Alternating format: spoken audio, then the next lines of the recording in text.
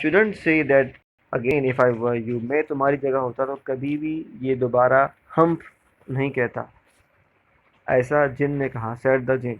You might say it once too often. I want you to work। बार बार तुम्हारा ये कहना ठीक नहीं है, मैं चाहता हूँ कि तुम काम करो, कुछ वर्क करो। And the camel said hump again.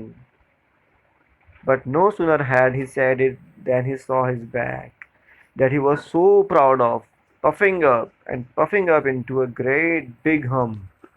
और जैसे ही उसने कहा तो उसने अपने बैक की ओर देखा, तो उसने पाया कि वहाँ पर जो पफिंग अप यानी कुछ फूला हुआ सा कुछ राउंडेड पार्ट उभर आया है। Do you see that, said the jinn, that's your very own hump that you have brought upon your very own self by not working। अब जिन ने कहा कि देख रहे हो तुम, ये तुम्हारा ही हम्प है जो तुमने खुद ही ग्रो किया है तुम्हारे लापरवाही और लेजीनेस की वजह से।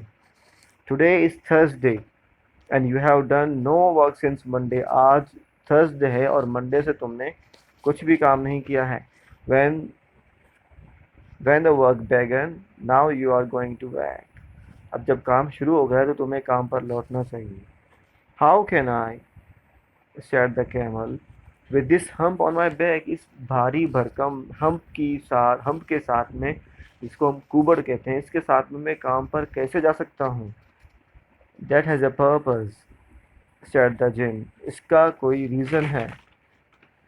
All because you missed those 3 days। क्योंकि वो 3 दिन जो शुरुआत के थे तुमने उनको मिस कर दिया, उसकी सज़ा है ये।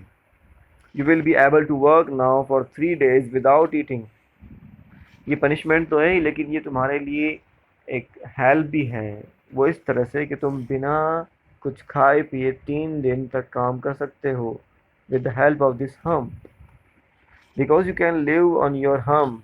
और don't you ever say I never did anything for you। अब दोबारा मत कहना कि मैंने तुम्हारे लिए कुछ नहीं किया।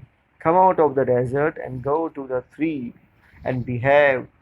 डेजर्ट से बाहर आओ, उन तीनों से जाकर मिलो। कौन तीनों? Horse, camel, horse, dog and the ox. And behave means do accordingly, treat accordingly। And the camel went away to join the three। Camel went away to join the three। And from that day to this the camel always wears a hump। और उसी दिन से आज तक camel अपनी पीठ पर एक हम्प को लाद के चल रहा है। We call it hump now, not to hurt his feelings। उसकी फीलिंग्स को हर्ट नहीं करने के लिए हम इसको हम्प कहते हैं, HUMP। Hump means something which is round in shape, a fleshy organ on the back of an animal। But he has never yet caught up with the 3 days that he missed at the beginning of the world। And he has never yet learned how to behave। लेकिन आज भी वो camel उन 3 दिनों को वापस maintain नहीं कर पाया है, और वो ये भी नहीं सीख पाया है कि कैसे बिहेव करना है।